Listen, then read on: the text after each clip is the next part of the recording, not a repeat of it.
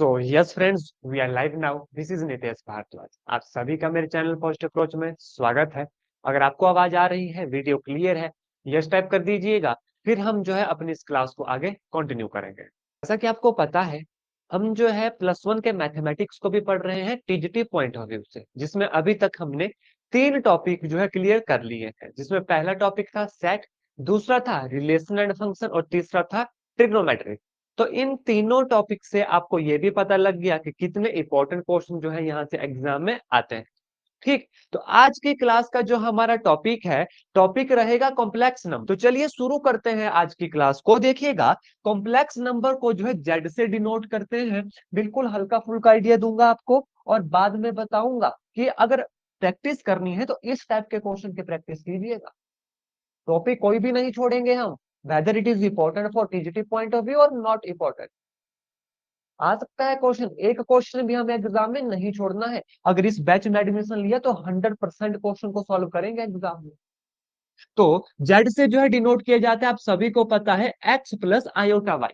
देखिए, मैं छोटी से छोटी चीजें भी आपको बताऊंगा, रिकॉल कर लीजिएगा इन चीजों को। ठीक है, काम आएंगी ये एग्जाम में। ये हो गया जेड, जिसमें ये जो एक्स है हमारा, इसे कहा जाता है रियल पार्ट, और ये जो वाई है हमारा, इसे कहा जाता है इमेजिनरी पार्ट। 2018 से पहले जो कमीशन हुए हैं, उसमें ये क्वेश्चन पुट किया गया था। कोई गिवन वैल्यू दी गई थी आपको कॉम्प्लेक्स नंबर की, और पूछा गया था बताओ इसका रियल पार्ट कौन सा है और इमेजिनरी पार्ट कौन सा है।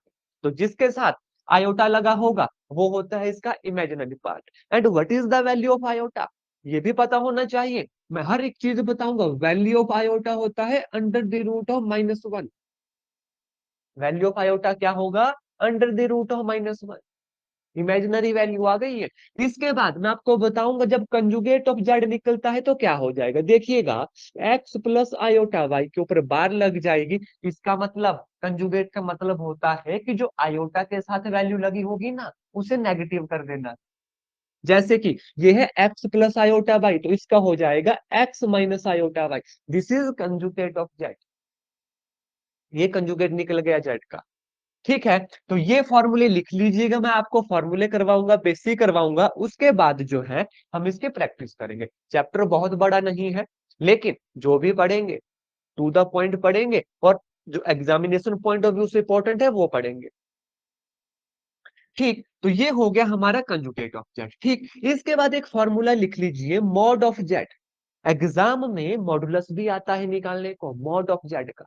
अब आपको पता है, जब भी जेड बोलूंगा आपके माइंड में एक चीज स्ट्राइक होनी चाहिए, एक्स प्लस आयोटा वाई। जब भी जेड बोलूंगा एक्स प्लस आयोटा वाई, और इसे सी से भी डिनोट किया जाता है कॉम्प्लेक्स नंबर को। तो कंफ्यूज नहीं होना है, एग्जाम में जेड लिखा आए चाहे सी, आपको तो पता है what is z, x plus iota y. अब आपको एग्जाम में निकालने को आएगा मॉडुलस ऑफ जेड। अब यहां पर मॉडुलस ऑफ जेड का मतलब +-1 मत कर देना। यहां पर मॉडुलस ऑफ जेड का मतलब हुआ √(x² + y²). ठीक है, जहां पर x क्या है, real part of given complex number, and y होगा गिवन पार्ट ऑफ इमेजिन, माफ कीजिएगा, imaginary part of given number. For example, देखिएगा एग्जाम्पल, मैं बोलूं 3 + 4 आयोटा, इसका मॉडुलस निकालो, इसका मॉड निकालो। तो आपको पता होना चाहिए, फॉर्मूला मैं लगाऊंगा, mod of z √(3 3 9 +4 4 16), that is √25, that is equal to ±5 will be our right answer. ये हमारा आंसर निकला। तो इस तरीके से निकलेगा मॉड ऑफ जेड। अब हाँ, यहाँ पर एक और चीज मेरे माइंड में स्ट्राइक कर रही है कि मान लीजिए, जैसे मैंने आपको बताया z is equal to x plus iota y. आपको कंफ्यूज करने के लिए एग्जाम में क्वेश्चन आ सकता है, आपको आ सकता है कि 0, बताओ इसका रियल और इमेजिनरी पार्ट क्या होगा। तो ये तो आपको लिखना आना चाहिए। हर एक रियल नंबर को इमेजिनरी फॉर्म में लिखा जा सकता है। इस बात को माइंड में याद रखिएगा। हर रियल नंबर को इमेजिनरी फॉर्म में लिखा जा सकता है। जैसे ये है 0 हमारे पास, रियल नंबर है, इसे हम लिख सकते हैं 0 + 0 आयोटा। तो रियल पार्ट हो गया 0 का 0, और इमेजिनरी पार्ट भी क्या हो गया इसका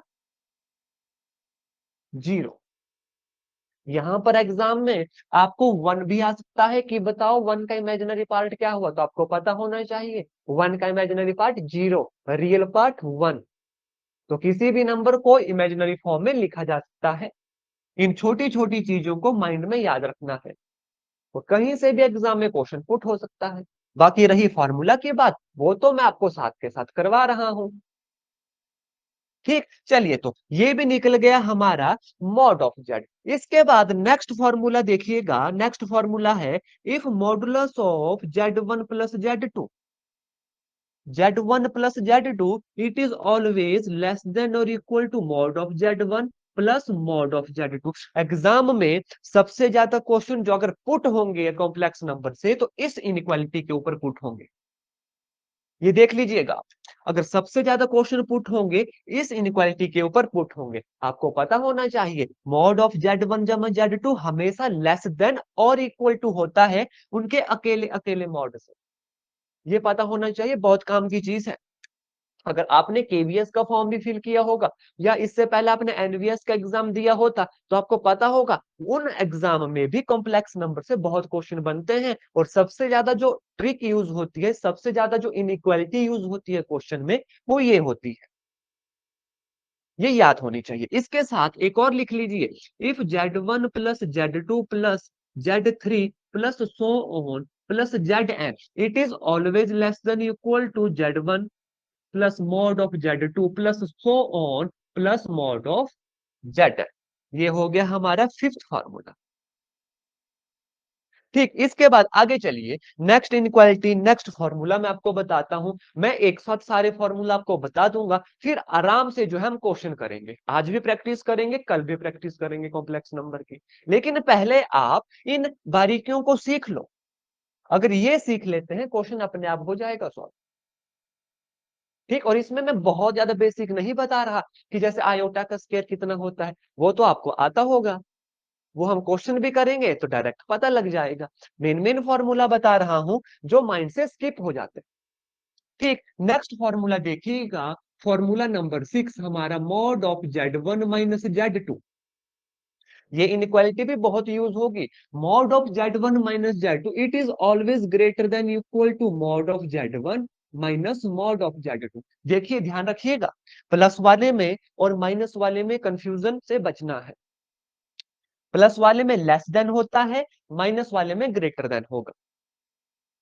ठीक, इसके साथ एक और फार्मूला लिखिएगा, जेड डॉट जेड बार। मतलब अगर हम किसी कॉम्प्लेक्स नंबर को उसके कंजुगेट के साथ मल्टीप्लाई करें, तो वो हमेशा always non negative real number निकलेगा। इस तरीके से भी एग्जाम में क्वेश्चन पुट होंगे आपको। क्वेश्चन क्या बन सकता है इस फॉर्मूला से, आपके पास आएगा what is the value of z dot z bar where z belong to complex number. नीचे चार ऑप्शन होंगे, imaginary value, real value, negative real value और नॉन नेगेटिव रियल वैल्यू। अब अगर आपको ये पता होगा कि जेड को यानी कॉम्प्लेक्स नंबर को उसके कंजुगेट के साथ जब मल्टीप्लाई हम करते हैं, हमारे पास सिर्फ रियल वैल्यू बचती है, पॉजिटिव वाली, that is non negative real value बचेगी हमारे पास। तो इन छोटी छोटी चीजों का आपको खास ख्याल रखना है। इसके बाद और फार्मूला मैं आपको बताता हूं।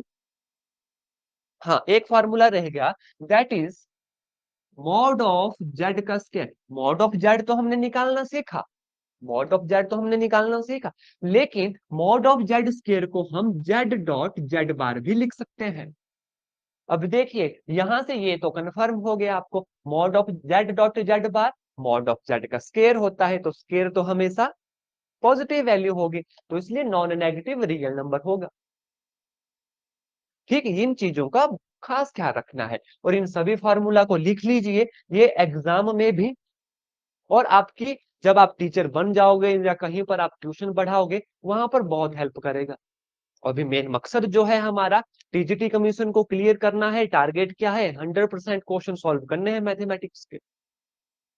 तो ये फॉर्मूला तो मस्ट है, ये तो याद होने ही चाहिए जब भी हम कॉम्प्लेक्स जो है, कॉम्प्लेक्स नंबर का जो टॉपिक है हमारा, इसे सॉल्व करेंगे। ठीक, इसके बाद ये तो इंपॉर्टेंट है ही है। इसके बाद एग्जाम में जहां से क्वेश्चन बनते हैं वो बनते हैं टू फाइंड द, देखिए ये भी मैं आपको बार बार बता रहा हूं बीच बीच में कि क्वेश्चन कहां से ज्यादा बन सकते हैं। नॉलेज तो सभी चीजों का होना ही चाहिए, लेकिन ज्यादा जिस चीज को नहीं छोड़ना है वो देखिए, फाइंड द, इस तरीके का क्वेश्चन भी आ सकता है। फाइंड द एम्पलीट्यूड, नाम सुना होगा आपने, फाइंड द एम्पलीट्यूड आर्गुमेंट, इस तरीके का नाम भी सुना होगा आपने कि एम्पलीट्यूड निकालिए, आर्गुमेंट निकालिए, या प्रिंसिपल आर्गुमेंट निकालिए, PRINCIPLE, प्रिंसिपल आर्गुमेंट निकालिए। तो ये चीजें भी आपने एग्जाम में देखी होंगी कि इस टाइप का क्वेश्चन भी पुट हो सकता है। और आपको ये भी आ सकता है to find the polar coordinate. मैं हर चीज आपको बताऊंगा, लेकिन उससे पहले हमें ये तो पता होना चाहिए कि गिवन टॉपिक से पढ़ना क्या है। ठीक, पोलर कोऑर्डिनेट आ सकते हैं, पोलर कोऑर्डिनेट होते हैं आर एंड थीटा। ठीक, ये चीजें भी आपको एग्जाम में निकालने को ज्यादातर ज्यादातर जो है आ सकती हैं। ठीक, तो देखिएगा, मैं अब आपको बताता हूं, देखिए ये है जेड हमारे पास, X plus iota Y. You all know that what is Z, Z is our complex number जिसमें एक रियल पार्ट है और एक है हमारा इमेजिनरी पार्ट। ठीक है, कोई गिवन नंबर होगा भाई हमारे पास।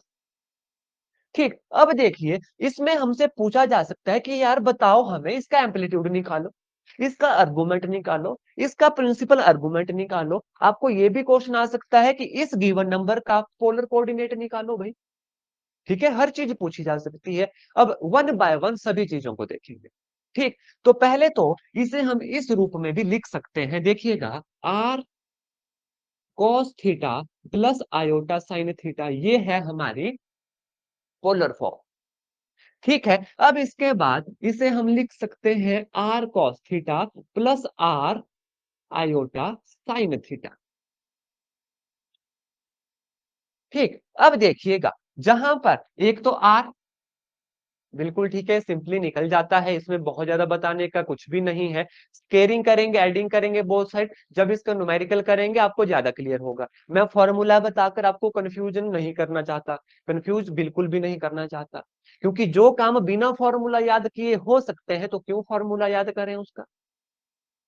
वैसे भी इतने ज्यादा फार्मूले हैं मैथमेटिक्स में, उन्हें याद करेंगे हम।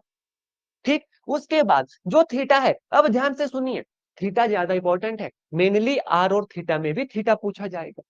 थीटा को कहा जाता है एम्पलीट्यूड आर्गुमेंट। थीटा के सेम नाम है, आपको एग्जाम में आएगा to find out the amplitude मतलब थीटा निकालना है, to find out the argument मतलब थीटा निकालना है, to find out the principal argument मतलब थीटा निकालना है। हल्का हल्का चेंज है, वो मैं आपको अभी आगे बताता जाऊंगा।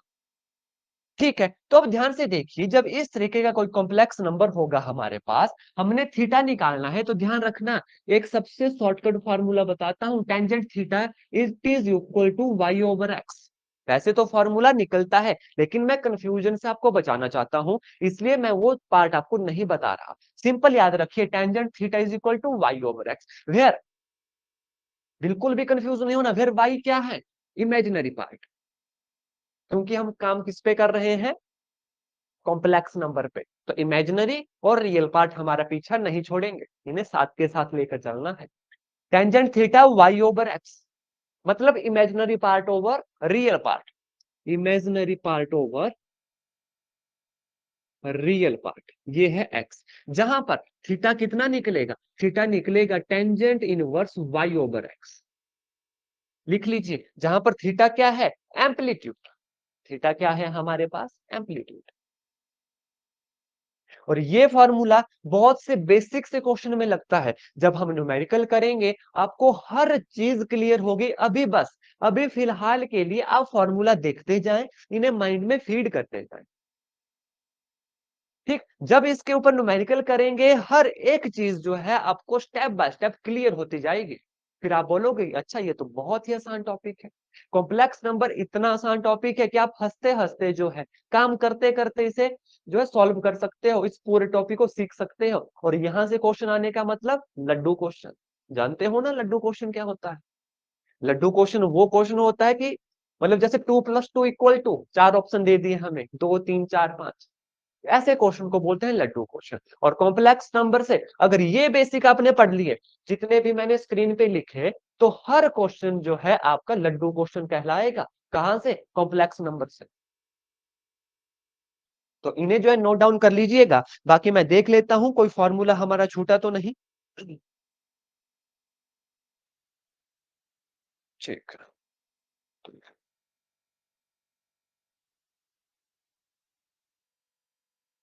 बिल्कुल ठीक। तो अब जो है हम न्यूमेरिकल की प्रैक्टिस करेंगे। और हाँ, मैंने बोला प्रिंसिपल आर्गुमेंट और आर्गुमेंट, ये हल्का सा कंफ्यूजिंग है, ये मैं आपको with the help of numerical बताऊंगा। प्रिंसिपल आर्गुमेंट का मोटा मोटा आपको बता देता हूँ रेंज। हाँ, एक क्वेश्चन एग्जाम में पूछा जा सकता है, ठीक है। वैसे तो मैं जब क्वेश्चन करेंगे मैं बताऊंगा, लेकिन एक क्वेश्चन आ सकता है, what is the range of principal argument. Range of principal argument तो आपको पता होना चाहिए सिर्फ, रेंज ऑफ प्रिंसिपल आर्गुमेंट होती है माइनस पाई से लेकर पाई। ये मैं एरो लगाता हूं ताकि कंफ्यूजन ना हो। माइनस पाई से लेकर पाई तक प्रिंसिपल आर्गुमेंट की रेंज होगी। और आर्गुमेंट जो मर्जी वैल्यू हो सकती है, लेकिन सेपरेटली जो क्वेश्चन बन सकता है वो बन सकता है प्रिंसिपल आर्गुमेंट के ऊपर, कि what is the value of principal argument. तो आपको पता होना चाहिए -180 डिग्री से, -180 डिग्री से +180 डिग्री के बीच में ही इसकी वैल्यू होगी। मान लीजिए कोई एंगल हमारा 270 डिग्री निकला, मान लीजिए कोई एम्पलीट्यूड हमारा, कोई अर्गुमेंट हमारा 270 डिग्री निकला, ठीक। तो वो क्वेश्चन में वो प्रिंसिपल अर्गुमेंट नहीं कहलाएगा। 270 डिग्री है अर्गुमेंट हमारा। प्रिंसिपल अर्गुमेंट की वैल्यू हमेशा -180 से 180 के बीच में होगी। बाकी हर अर्गुमेंट को प्रिंसिपल अर्गुमेंट में कन्वर्ट करना पड़ता है, वो मैं आपको न्यूमेरिकल में समझाऊंगा। बस आप अभी इतना याद रखिए कि प्रिंसिपल अर्गुमेंट की रेंज -पाई टू पाई रहती है, अर्गुमेंट में कोई भी वैल्यू आ सकती है। और सबसे ज्यादा इंपॉर्टेंट है ये प्रिंसिपल आर्गुमेंट एंड आर्गुमेंट। और एम्पलीट्यूड भी एक ही चीज है, याद रखिएगा। एम्पलीट्यूड आर्गुमेंट एक ही चीज होती है। एम्पलीट्यूड आई निकालने को एग्जाम में, चाहे आर्गुमेंट लिखा जाए, हमने सिंपल निकालना है थीटा, ठीक। चलिए, इसके बाद हम न्यूमेरिकल करेंगे तो हर चीज जो है आपको स्टेप बाय स्टेप क्लियर होगी। देखिए, सफलता के 3 ही नियम है, कल भी आपको बताया था। खुद से वादा, मेहनत ज्यादा, और मजबूत इरादा। अगर ये तीनों चीजें होंगी तो सफलता तो मिलनी ही मिलनी है। होप आपने ये फॉर्मूला जो है नोट डाउन कर लिए होंगे, और इन्हें अब लाइफ लॉन्ग आप कभी भी नहीं भूलोगे। देखिए, सभी फॉर्मूला को बेसिक आपको इसलिए करवाता हूं ताकि आपके नोट्स बन जाए। एक बार नोट्स बन गए तो आपको रिवीजन करना बहुत आसान हो जाएगा, क्योंकि इन द एंड रिवीजन करना है हमें। इन द एंड हमें थॉरोली तो नहीं पढ़ना। थॉरोली मैंने पढ़ लिया, उसका सारा जो सारांश है वो आपको पढ़ा दिया अभी 20 मिनट में कॉम्प्लेक्स नंबर का। इसके बाहर से मतलब ही नहीं बनेगा कि कॉम्प्लेक्स नंबर से क्वेश्चन आ जाए। तो बेसिक अच्छे से समझना है, अच्छे से याद करना है, ठीक। तो चलिए, पहला न्यूमेरिकल लेंगे, बिल्कुल आसान से शुरुआत करेंगे, फिर टिपिकल की तरफ चलेंगे। मैं बहुत ही आसान नहीं करूंगा, पहले फाइंड द वैल्यू ऑफ, देखिएगा फटाफट आप बोलोगे कि ये तो बहुत ही आसान क्वेश्चन है। फाइंड द वैल्यू ऑफ, बिल्कुल आसान क्वेश्चन, बहुत आसान। आयोटा की पावर 9, आयोटा की पावर 342, आयोटा क्यूब प्लस 1/आयोटा क्यूब। इन तीन, ये जो वैल्यूज हैं इनकी वैल्यू निकालनी है। मैंने पहले भी कहा, कॉम्प्लेक्स नंबर से क्वेश्चन आएगा, बिल्कुल लड्डू क्वेश्चन होगा, ठीक। तो पहले इसकी वैल्यू निकालने से पहले मैं तीन चीज आपको बता देता हूं, कि आयोटा की वैल्यू तो मैंने आपको बता दी थी। आप सभी को पता है आयोटा होता है √(-1). आयोटा स्केयर होगा -1। आयोटा की क्यूब कितना होगा? Iota square dot iota, that is -1 into iota, that is minus iota. Iota की क्यूब कितना हो गया? माइनस आयोटा, ठीक। और उसके बाद आयोटा की 4, that is iota square dot iota square, that is -1 into -1, that is +1। बस यहां पर ये चार चीजें आप लिख लीजिएगा। इन चार चीजों की वैल्यू याद रखिएगा डायरेक्ट। आयोटा की वैल्यू -1 कम यूज होगी, आयोटा स्केयर -1 सबसे ज्यादा यूज होगा, आयोटा क्यूब माइनस आयोटा, और उसके बाद आयोटा की 4 प्लस का 1। और सबसे ज्यादा क्वेश्चन आयोटा की 4 पे पूछे जाएंगे। चलिए अब देखिए इसका यूज हम कैसे करेंगे, अभी क्लियर होगा आपको। आयोटा की 9 है हमारे पास। आयोटा की 9 को मैं क्या लिख सकता हूँ, देखिए आयोटा की पावर 4 का स्क्वायर, आयोटा की 8 यहां पर आ गया, डॉट आयोटा। क्यों? क्योंकि आयोटा की 4 1 होगा, 1 की पावर जितनी मर्जी हो 1 ही कहलाएगी। हो गया ना क्वेश्चन आसान, मिल गया ना शॉर्ट फार्मूला। आयोटा की 4 में किसी भी वैल्यू को कन्वर्ट कर दीजिए, उसकी पावर जितना मर्जी लिख दीजिए 1 आएगा। तो कितना आंसर आया? आयोटा की power 9 is equal to iota. बस 4 ऑप्शन होंगे, एक को टिक कीजिए। दूसरा देखिए, आयोटा की पावर 342, मैंने अभी आपको बताया आयोटा की 4 में कन्वर्ट करना है हर चीज को। क्यों? क्योंकि आयोटा की 4 1 होगा और 1 की पावर जितना मर्जी लिखे हम, सॉर्ट करने में सॉल्व करने में आसानी रहती है। That is equal to iota की पावर 4 की पावर कितनी लिखे, डिवाइड कर देते हैं 4 से। 8 चौके 32, 33 34 12, 4 3 12, ये तो मेरे ख्याल से पूरा ही चला गया। दैट इज 8 चौके 32 और 4 3 12, कितना हो गया? 4 3 12, डिवाइड ही कर लेते हैं, क्यों कंफ्यूजन में रहना।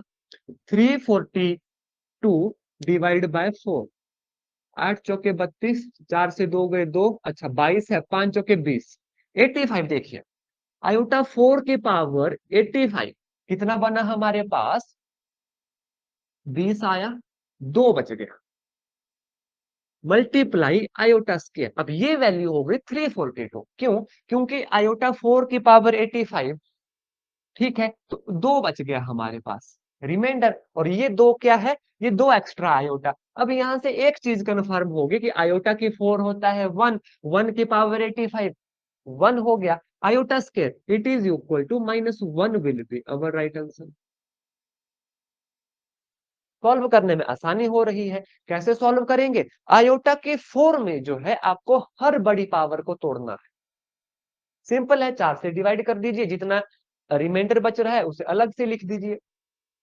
ठीक है, इसके बाद नेक्स्ट क्वेश्चन देखिए, iota cube plus 1 over iota cube. आपसे आंसर चाहूंगा, जो लाइव क्लास अटेंड कर रहे हैं फटाफट कीजिएगा। टाइमर भी आपके लिए दे देता हूं, 1 मिनट का समय मिलेगा आपको। फटाफट सॉल्व कीजिए, फटाफट, और आंसर बता दीजिए कितना आएगा। फटाफट बताएं, क्योंकि देखिए मेरी प्रैक्टिस से ज्यादा जरूरी है आप लोगों की प्रैक्टिस। अगर आप प्रैक्टिस करोगे तो आपका बेनिफिट रहेगा। अगर आप सिर्फ देखते रहोगे क्लास में कि अच्छा इस तरीके से सॉल्व हो गया, अभी तो समझ आ जाएगा, अभी तो नो डाउट समझ आ जाएगा, लेकिन 2 दिन के बाद आप भूल जाओ। तो इसका आंसर बताएं फटाफट, बहुत ही आसान है क्वेश्चन।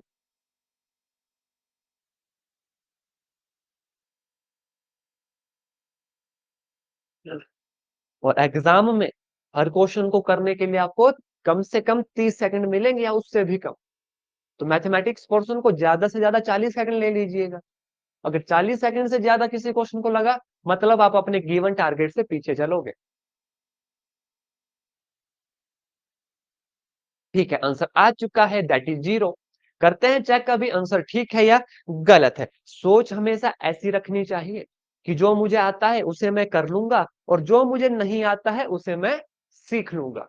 तो देखिएगा कैसे करना है। माइन आयोटा की क्यूब है, आयोटा की क्यूब अभी हमने सीखा कितना है, iota square into iota, that is minus iota, -1 over iota यहां पर। ठीक है, अब देखिए इसे किसी तरीके से कर सकते हैं, बहुत सारे तरीके हैं करने का। आयोटा एलसीएम ले लेते हैं, देखते हैं उससे क्या बनेगा। आयोटा एलसीएम ले लिया, माइनस आयोटा स्क्वायर -1। देखिए करने के बहुत सारे तरीके होते हैं, डिपेंड करता है कि कौन सा तरीका शॉर्टकट है। ठीक है, चलिए कितना बना ये देखिएगा, iota square minus minus plus 1 -1 over iota, करने की जरूरत नहीं है, 0 will be our right answer. बस अभी आपको स्पीड ही बढ़ानी है। तो अगर आयोटा के ऊपर क्वेश्चन आएंगे तो इस टाइप के क्वेश्चन आए। ठीक है, चलिए आगे चलते हैं। ये क्वेश्चन भी आप लोग ही करोगे, बहुत ही आसान क्वेश्चन है, बस इससे थोड़ा सा लेवल ज्यादा है, हल्का सा। देखिएगा क्वेश्चन क्या है, फटाफट कीजिएगा। आयोटा की पावर 17 -1 ओवर आयोटा की पावर 34, और इस पूरे की पावर है स्क्वायर। फटाफट कीजिएगा, क्वेश्चन को सॉल्व करने लग जाएं। तब तक मैं टाइमर भी लगा देता हूं। ऑप्शन ए है 2 आयोटा, ऑप्शन बी है -2 आयोटा, ऑप्शन सी है -2 एंड ऑप्शन डी है 2। ये टीजीटी लेवल का क्वेश्चन बन सकता है। यानी अगर एग्जाम में आना होगा कॉम्प्लेक्स नंबर से क्वेश्चन, तो इस तरीके का पूछा जाएगा इंस्टेड ऑफ दीज क्वेश्चन, क्योंकि ये तो बहुत ही ज्यादा आसान, इसमें हल्का फुल्का सा रोल रहेगा, लेकिन क्वेश्चन आसान है। फटाफट सॉल्व कीजिए और मुझे बताएं option A B C D में से कौन सा आंसर होगा। फिर नेक्स्ट क्वेश्चन पे चलेंगे, तभी बात बनेगी। फटाफट फटाफट सॉल्व कीजिए। अगर आप अभी क्लास में सॉल्व करते हो तो मैं इतना कह सकता हूं कि आपको इसके बाद मेहनत जो है कम करना पड़ेगी, क्योंकि अभी आपका माइंड बिल्कुल अटेंटिव है। अगर अभी आपने समझ ली चीजें जो कि आपको समझ आ भी रही हैं, अगर नहीं आ रही होंगी तो बता दीजिएगा बेझिझक, मैं दोबारा रिपीट करूंगा हर कॉन्सेप्ट को, लेकिन इसका आंसर आ जाना चाहिए अभी तक। और देख लीजिए 1 मिनट समाप्त हो चुका है लेकिन आंसर नहीं आया। फटाफट करना है क्वेश्चन। अब मैं बिल्कुल शॉर्टकट करवाऊंगा, देखिए अब बिल्कुल भी हमें उलझना नहीं है, हमें एग्जाम में स्पीड को बढ़ाना है। हर एक फॉर्मूला आपको बता दिया गया है। इट इज इक्वल टू, देखिएगा आयोटा 17, आयोटा 4 की पावर 4 हो गया 16, इंटू आयोटा हो गया 17, माइनस 1/, आयोटा की पावर 34 है। मैंने बोला है आयोटा की 4, 9 चौके कितना होता है 36, 8 चौके 32, डॉट 1/आयोटा स्क्वायर। ठीक है, और इस पूरे की पावर कितनी है 2। कीजिएगा सॉल्व, ये 1 हो गया आयोटा माइनस, ये 1 हो गया 1/आयोटा स्क्वायर, 1/आयोटा square -1, that is minus minus +1, इसकी पावर 2। ठीक है, कितना बन गया, ए का स्क्वायर प्लस बी का स्क्वायर प्लस 2 आयोटा, -1 +1 इसके साथ ये कैंसिल हो जाएगा, 2 iota will be our right answer. कौन सा ऑप्शन है, ऑप्शन ए। तो देख लीजिए कितना आसान था। ये फिर भी मैंने लंबे वे से करवाया, लेंथी वे से करवाया, ताकि आपको समझ आ जाए। अगर आपको पता होता तो देख के पता लगेगा कि आपको यहां से कन्फर्म हो गया। देखिए बिल्कुल शॉर्टकट कैसे करेंगे वो भी बता देता हूं। जब आपको हर चीज क्लियर होगी तो फास्ट कैसे होगा, देखिए आपके माइंड में हर चीज है, आपको पता लग गया आयोटा 17, मन में ही कैलकुलेशन हो जाएगी, आयोटा 4 की पावर 4 यानी 1, सिंपल आयोटा बचा यहां से, -1/, आयोटा की पावर 34 है, 4 की पावर 8, 8 चौके 32, 2 आयोटा स्क्वायर बचेगा नीचे, और आयोटा स्क्वायर होता है -1, तो माइनस माइनस कितना हो गया +1 का स्क्वायर, एक स्टेप में। अब यहां से भी आपका डायरेक्ट आंसर लिख सकते हो 2 आयोटा, क्यों, क्योंकि आपको पता है ए स्क्वायर -1 बनेगा और आगे 1 है, तो डायरेक्ट निकल गया 2 आयोटा। ये आपको तब होगा जो अभी जितने भी फॉर्मूला आपको बताए हर फॉर्मूला आपको याद। और यहाँ पर कॉन्सेप्ट कौन सा यूज हो रहा है, आयोटा की पावर 4 का। तो इस तरीके से अपनी स्पीड को भी देखिए आपको बढ़ाना है। ठीक, चलेंगे नेक्स्ट क्वेश्चन की तरफ चलेंगे।